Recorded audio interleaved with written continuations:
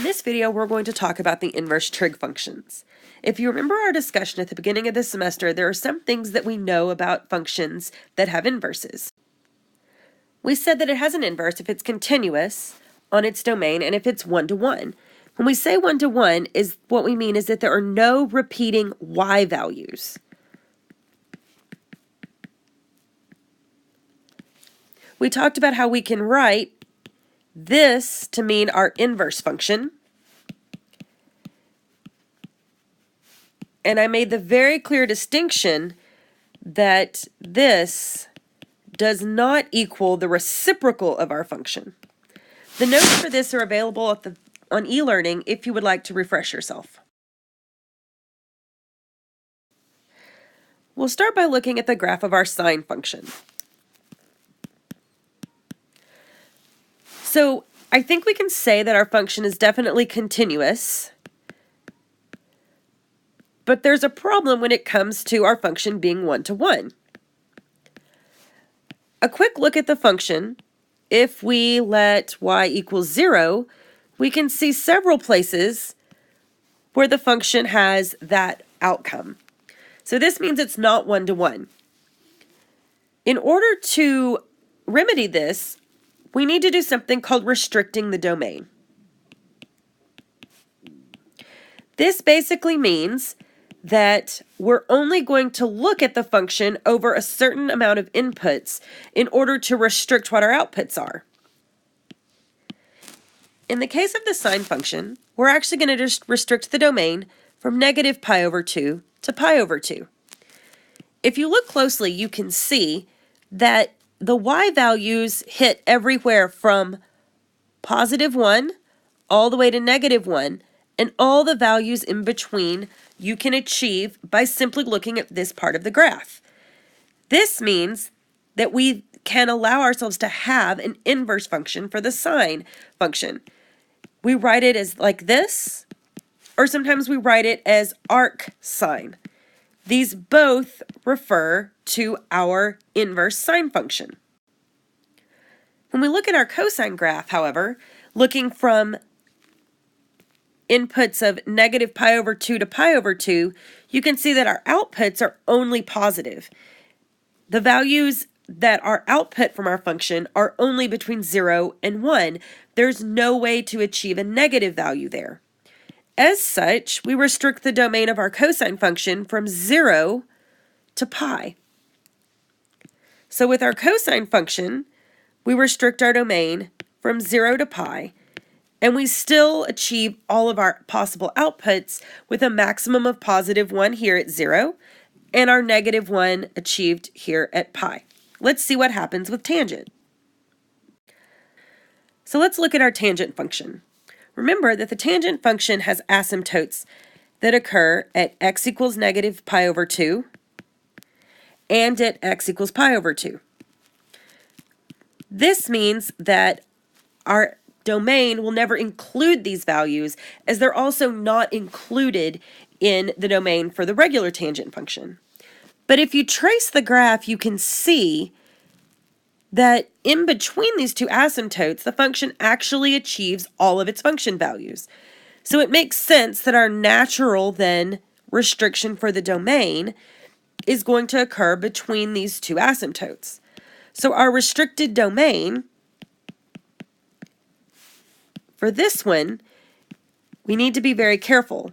It occurs between negative pi over 2 and pi over 2, but we're going to use the parentheses here to indicate that the endpoints of the interval are not included in our domain. So this shows the way we restrict our domains. The way I like to work out these problems is to think about them in terms of the unit circle. So if I draw out a unit circle and I'm trying to solve a problem that involves my sine function, I know that with the inverse sine, I'm restricted to here. That's also true for the tangent function. So for sine and tangent inverses, this is the picture that I'm thinking of. However, for my cosine, the way that I remember it is because it actually is restricted here. So if you look at both of these, it's kind of easy to see, I think, that we're restricting them in a way that they're continuous around the unit circle, and then they're also continuous on the graph that we saw previously. So this chart then gives us the information for our range and our domains of our inverse functions. Some important things for you to remember and notice. The domain of our original function then becomes the range of our inverse function. The range of our original function becomes the domain of our inverse function. Essentially, what our inverse functions do, for example, inverse sine of x. This function is actually going to take in values between -1 and 1 and give out values that are in an angle or radian, or however you want to think about it. These will be things that we can show on our unit circle. So literally, it's doing the inverse of what we did for our regular trigonometric functions. So I'm going to do an example of this. This is the inverse cosine of the square root of 3 over 2.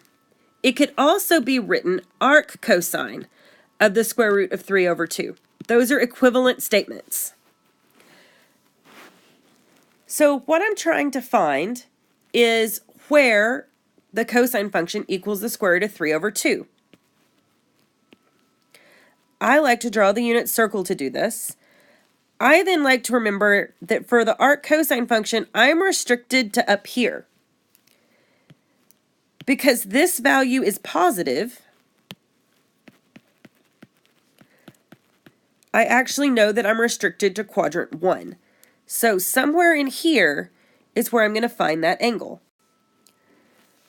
And you can probably remember that it occurs right here where we have the square root of 3 over 2 and 1/2, and our theta is pi over 6. So we would write that the arc cosine of the square root of 3 over 2 is equal to pi over 6. So I'm sure some of you are thinking, well, wait a minute. When I solved this problem, you told me that I had a whole lot of answers. In fact, you said that I had pi over 6 plus 2 pi n, and then you said it happened again in quadrant 4, and I had 11 pi over 6 plus 2 pi n. You're right, but these are two different things. Here, you're solving an equation.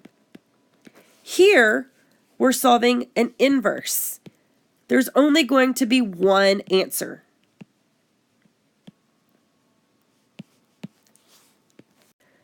So let's work on another one. The arc sine of -1/2.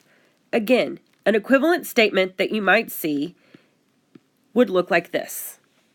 I'm going to draw out my unit circle, and I'm going to remember that my sine function, the inverse of it is restricted to quadrants 4 and quadrants 1. Because this value is negative, and I'm talking about the sine function, I know that I'm going to be in quadrant 4. So I'm going to be looking for somewhere down in here where the sine function would have a value of -1/2.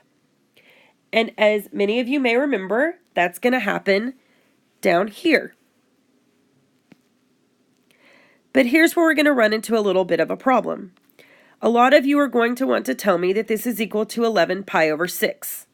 However, 11 pi over 6 is not within where we're restricted to from -pi over 2 to pi over 2. In fact, what we need to remember is that we are allowed then to use our negative, as you can see from here, radian values. So our answer is actually going to be -pi over 6. And that's the only answer. That's the only place where this occurs within our restricted domain of the sine function for the inverse sine to exist.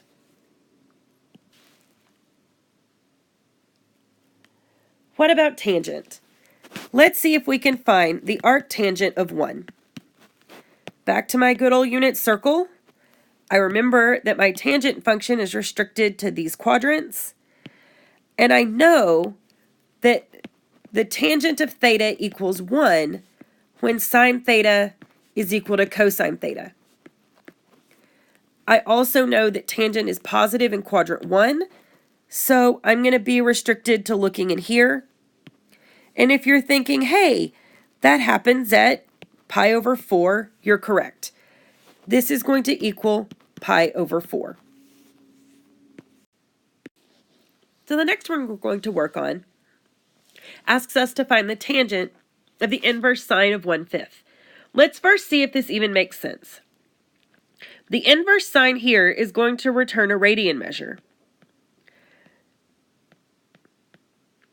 I'm going to call it phi.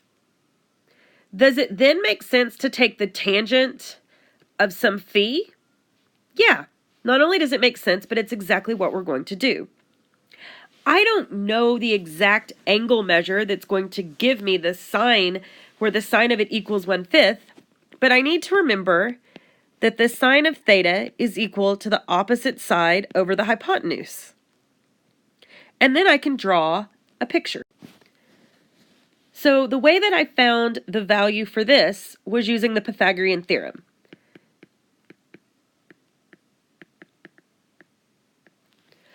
So am I now able to find the tangent of this theta?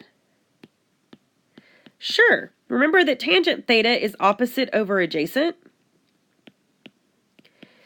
Our opposite side is 1.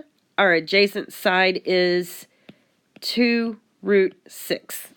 And that's a perfectly acceptable answer for this. Now how about if we wanted to find the sine of the arc cosine of negative 3/5? Well, let's look back at our unit circle and remember that cosine is restricted here and cosine is negative here. So we're talking about quadrant 2. So I'm going to draw a triangle here. I'm going to kind of draw it like this so that I remember I'm in quadrant 2. I'm also going to make a note to myself that sine of theta is going to be greater than 0. So cosine of theta is going to be adjacent over hypotenuse. So my adjacent is 3. My hypotenuse is 5. Using the Pythagorean theorem, I know that this is 4. And I know that it's okay for me to use this as my theta because they're supplementary angles.